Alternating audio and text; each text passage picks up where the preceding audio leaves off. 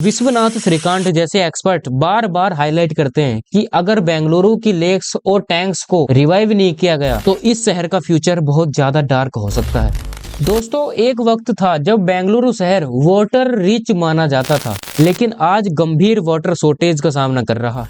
आज 85% लेक्स या तो पॉल्यूटेड हैं या एनक्रोच्ड हो चुके हैं। बेलंदुर लेक को देखिए, जिस पर कभी झाग दिखाई देते हैं तो कभी आग। ये पोल्यूशन का एक बहुत बड़ा एग्जाम्पल बन गया है। दोस्तों, प्रेजेंट में बेंगलुरु की डिपेंडेंस टैंकर वाटर पर बहुत ज्यादा बढ़ गई है और अगर अभी एक्शन नहीं लिया गया तो बेंगलुरु 2030 तक अपना डे जीरो फेस करेगा। पॉल्यूटेड वाटर की वजह से हेल्थ डिसीज जैसे वाटर बोर्न डिसीज बढ़ती जा रही है। जरा सोचिए कि एक शहर जो कभी सिटी ऑफ लेक्स के नाम से जाना जाता था, वो आज टैंकर ट्रक्स के पीछे भाग रहा है। बेंगलुरु वाटर क्राइसिस का सामना कर रहा है।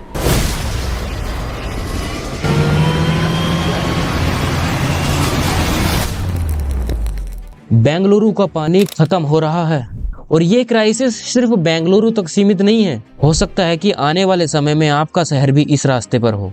लेकिन ऐसा क्या हुआ जो बेंगलुरु इस हालात में आ गया? कौन कौन इसके जिम्मेदार हैं और क्या अभी वक्त है सब कुछ ठीक करने का? तो चलिए इस बात को डिटेल में समझने की कोशिश करते हैं। दोस्तों, बेंगलुरु के वाटर क्राइसिस के पीछे कौन कौन है, ये सवाल बहुत ज्यादा जरूरी है, क्योंकि इसमें कई स्टेक होल्डर्स इन्वॉल्व हैं जो कि इस सिचुएशन को सुधार भी सकते हैं और बिगाड़ भी सकते हैं। तो सबसे पहले बात करेंगे लोकल गवर्नमेंट की। कर्नाटका गवर्नमेंट के ऑफिशियल्स जैसे कि सीएम सिद्धरमैया और डिप्टी सीएम सीके शिवकुमार नई पॉलिसीज बना रहे हैं, जैसे वाटर वेस्ट पर पेनल्टीज लगाना और टैंकर सर्विस का रेगुलेशन। लेकिन ग्राउंड लेवल पर इनके एक्शंस अभी तक लोगों की उम्मीदों से काफी कम है।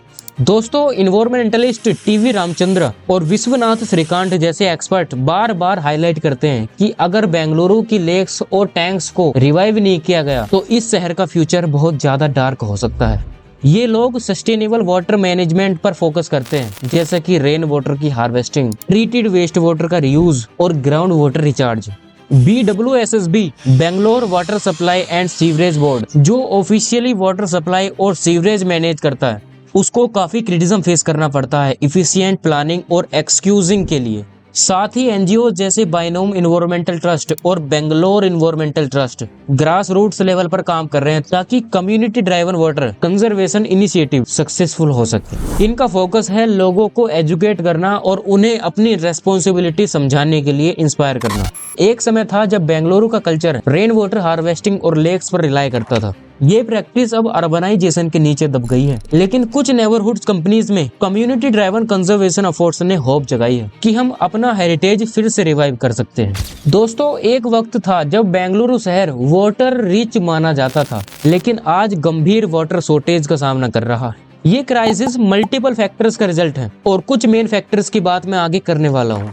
रैपिड अर्बनाइजेशन ने बेंगलुरु की ट्रेडिशनल वाटर सिस्टम को डिसरप्ट कर दिया है। ग्राउंड वाटर ओवरयूज और अनप्लैन्ड अर्बन ग्रोथ ने सिचुएशन और ज्यादा खराब कर दी है।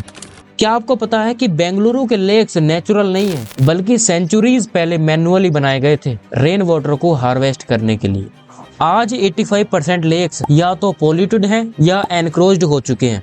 बेलंदुर लेक को देखिए, जिस पर कभी झाग दिखाई देते हैं तो कभी आग। ये पोल्यूशन का एक बहुत बड़ा एग्जाम्पल बन गया है। दोस्तों, जब लोकल वाटर बॉडीज फेल हो गई थी तब बेंगलुरु ने कावेरी नदी पर भरोसा किया था, लेकिन डिमांड सप्लाई से इतनी ज्यादा हो गई कि ये अप्रोच भी सस्टेनेबल नहीं रही। दोस्तों, अब बात करते हैं कि बेंगलुरु की वाटर क्राइसिस की शुरुआत कहां से हुई। बेंगलुरु का वाटर क्राइसिस एक दिन में तो नहीं हुआ। इसका एक बहुत पुराना हिस्टोरिकल बैकग्राउंड है जो हमें समझना बहुत ज्यादा जरूरी है। दोस्तों, बात करते हैं सन 1600 की। नाद प्रभु कैंपेगौड़ा, जो कि 16वीं शताब्दी में एक शासक थे और ये बेंगलुरु शहर की स्थापना के लिए जाने जाते हैं। इन्होंने लेक्स और टैंक्स का स्ट्रक्चर्ड सिस्टम बनवाया था ताकि रेन वाटर हार्वेस्ट किया जा सके। ये सिस्टम तब के जमाने में हाईली इफेक्टिव था और 1970s तक आते आते जब पाइपलाइन वाटर सप्लाई का सिस्टम इंट्रोड्यूस हुआ तब लेक्स की इंपोर्टेंस धीरे धीरे कम होने लगी और ये एक टर्निंग पॉइंट बन गया था जो कि वाटर क्राइसिस की शुरुआत की तरफ ले गया।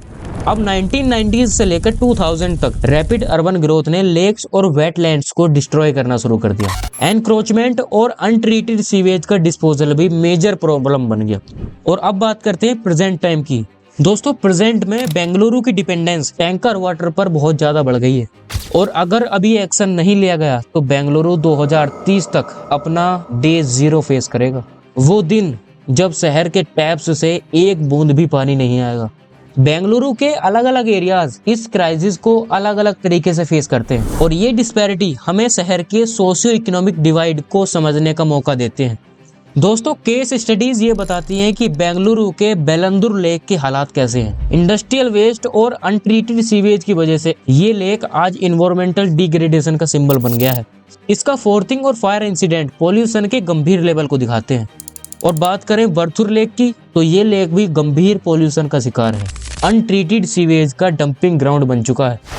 दोस्तों वेल्दी एरियाज जो होते हैं वो टैंकर वाटर अफोर्ड कर लेते हैं आराम से और अपनी नीड्स को प्राइवेटली फुलफिल कर लेते हैं, लेकिन lower income neighbourhoods basic water के लिए भी स्ट्रगल कर रही हैं। बोरवेल्स या पब्लिक टैप्स काफी अनरिलायबल हो चुके हैं। दोस्तों अब बात करते हैं कि ये क्राइसिस इतना इम्पोर्टेंट क्यों है हमारी लाइफ में।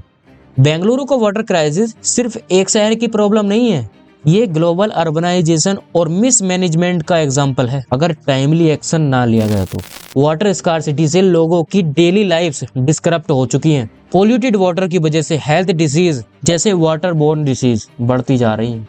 ये क्राइसिस इकोनॉमिक ग्रोथ को भी अफेक्ट करता है। दोस्तों ये हमें ये समझाता है कि अर्बन प्लानिंग और नेचुरल रिसोर्स मैनेजमेंट में बैलेंस कितना जरूरी है। दोस्तों अगर आप वीडियो में यहाँ तक पहुँच गए हो तो आपके मन में एक सवाल बहुत ज्यादा चल रहा होगा कि क्या मेरा शहर भी इस रास्ते पर है। इसका जवाब आपको वीडियो में आगे मिलने वाला है। दोस्तों बेंगलुरु के वाटर क्राइसिस का सॉल्यूशन तभी संभव है जब हम कम्युनिटी एफर्ट्स, गवर्नमेंट इनिशिएटिव और इनोवेटिव प्रैक्टिस का एक बैलेंस अप्रोच लें। दोस्तों अब बात करेंगे हम कि जो लेक्स हैं उनको हम कैसे रिवाइव कर सकते हैं। कम्युनिटी पार्टिसिपेशन के साथ जाकुर जैसे मॉडल्स को रेप्लिकेट करना होगा। गवर्नमेंट को एनक्रोचमेंट्स खत्म करने और लेक्स को प्रॉपर मैनेजमेंट इंश्योर करना होगा। हर एक बिल्डिंग के लिए रेन वाटर हार्वेस्टिंग मैंडेटरी होना चाहिए। ये पानी को कंजर्व करने का एक इफेक्टिव और लॉन्ग टर्म सॉल्यूशन है। पानी की वेस्टेज को रोकने के लिए लीकिंग टैप्स को फिक्स करना, लो फ्लो फिक्सचर्स का यूज करना और ग्रे वाटर रिसाइकलिंग एडॉप्ट करना बहुत ज्यादा जरूरी है। एनजीओ जैसे बायोम इन्वायरमेंटल ट्रस्ट और बैंगलोर इन्वायरमेंटल ट्रस्ट को सपोर्ट करो जो ग्रास रूट्स लेवल पर इम्पैक्टफुल काम कर रही हैं। स्मार्ट वाटर मीटर और IoT based water management system का यूज करके एफिशिएंट डिस्ट्रीब्यूशन और मॉनिटरिंग इंश्योर की जा सकती है। दोस्तों बेंगलुरु का वाटर क्राइसिस हमें ये सिखाता है कि अर्बनाइजेशन और मिसमैनेजमेंट का अंजाम क्या हो सकता है, लेकिन ये एक अपॉर्चुनिटी भी है कि और नए इनोवेटिव सॉल्यूशंस अडेप्ट करने की। अगर हम सब मिलकर काम करें तो बेंगलुरु फिर से सिटी ऑफ लेक्स बन सकता है। सोच समझ के पानी बचाएं और सस्टेनेबिलिटी की तरफ कदम बढ़ाएं। आज जो हम करेंगे वही हमारे फ्यूचर जनरेशंस के काम आएगा। दोस्तों आपको वीडियो कैसी लगी कमेंट करके जरूर बताना और अगर आपको वीडियो के अंदर कुछ भी वैल्यू मिली हो तो तभी वीडियो को लाइक करना और चैनल को सब्सक्राइब करना। और बाकी मिलते हैं आपको नेक्स्ट वीडियो में, तब तक के लिए गुड बाय।